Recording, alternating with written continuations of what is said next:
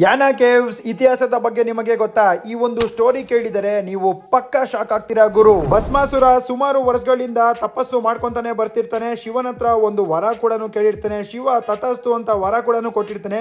ಏನಪ್ಪ ವರ ಅಂದ್ರೆ, ಭಸ್ಮಾಸುರ ಯಾರ ತಲೆ ಮೇಲೆ ಕೈ ಇಡ್ತಾನೋ ಅವನು ಅಲ್ಲೇ ಭಸ್ಮ ಆಗಿ ಸುಟ್ಟು ಬೂದಿ ಆಗ್ಬೇಕು ಅಂತ. ಈ ಒಂದು ವರ ಕರೆಕ್ಟ್ ಆಗಿ ವರ್ಕ್ ಆಗ್ತಿದ್ಯೋ ಇಲ್ವೋ ಅಂತ ಪ್ರಯೋಗ ಮಾಡೋದಕ್ಕೆ ವರ ಕೊಟ್ಟಂತ ಶಿವನ ತಲೆ ಮೇಲೆ ಕೈ ಇಡೋದಕ್ಕೆ ಭಸ್ಮಾಸುರ ಬರ್ತಾನೆ. ಅವಾಗ ನಮ್ಮ ಶಿವ ಅಲ್ಲಿಂದ ಜೂಟಾಗಿ ವಿಷ್ಣು ಹತ್ರ ಬಂದು ಕೇಳ್ಕೊಂತಾನೆ, ನಾನು ಭಸ್ಮಾಸುರನಿಗೆ ಈ ತರ ಒಂದು ವರವನ್ನು ಕೊಟ್ಟಿದ್ದೀನಿ, ಇದೀಗ ನನ್ನನ್ನು ಕಾಪಾಡು ಅಂತ. ಅವಾಗ ನಮ್ಮ ಲಾರ್ಡ್ ವಿಷ್ಣು ಸುಂದರವಾದಂತ ಮೋಹಿನಿ ರೂಪದಲ್ಲಿ ನಮ್ಮ ಲಾರ್ಡ್ ವಿಷ್ಣು ಭಸ್ಮಾಸುರ ಹತ್ರ ಹೋಗ್ತಾರೆ. ಆವಾಗ ಭಸ್ಮಾಸುರ ಮೋಹಿನಿಯನ್ನು ನೋಡಿ, ನೀನು ನನ್ನ ಮದುವೆ ಆಗಲೇಬೇಕು ಅಂತ ಹೇಳ್ತಾನೆ. ಮೋಹಿನಿ ಅದಕ್ಕೆ ಹೇಳ್ತಾರೆ, ನಾನು ನಿನ್ನನ್ನು ಮದುವೆ ಆಗ್ತೀನಿ, ನಿನ್ನ ನಂತರನೇ ಡ್ಯಾನ್ಸ್ ಮಾಡಬೇಕು ಅಂತ. ಡ್ಯಾನ್ಸ್ ಮಾಡ್ತಾ ಮಾಡ್ತಾ ಮಾಡ್ತಾ ಮೋಹಿನಿ ತಲೆ ಮೇಲೆ ಕೈ ಇಟ್ಕೊಂತಾಳೆ.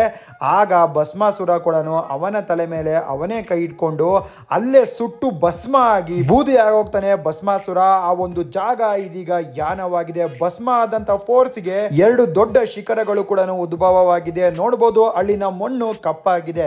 ಭೈರವೇಶ್ವರ ಶಿಖರ, ಶಿವನ ಹಿಲ್ಸ್ ಅಂತ ಕರೀತಾರೆ. ಮತ್ತೊಂದು ಶಿಖರವಿದೆ ಮೋಹಿನಿ ಶಿಖರ ಅಂತ. ಅದಕ್ಕಿಂತ ಈ ಒಂದು ಶಿಖರ ತುಂಬಾನೇ ಚಿಕ್ಕದು. ಇದು ಯಾನಾ ಕೇವ್ಸಿನ ಇತಿಹಾಸ. ನಿಮಗೆ ಇದರ ಬಗ್ಗೆ ಗೊತ್ತಿತ್ತಾ? ವಿಡಿಯೋ ಇಷ್ಟ ಆದ್ರೆ ಇವಾಗಲೇ ಫಾಲೋ ಮಾಡಿ.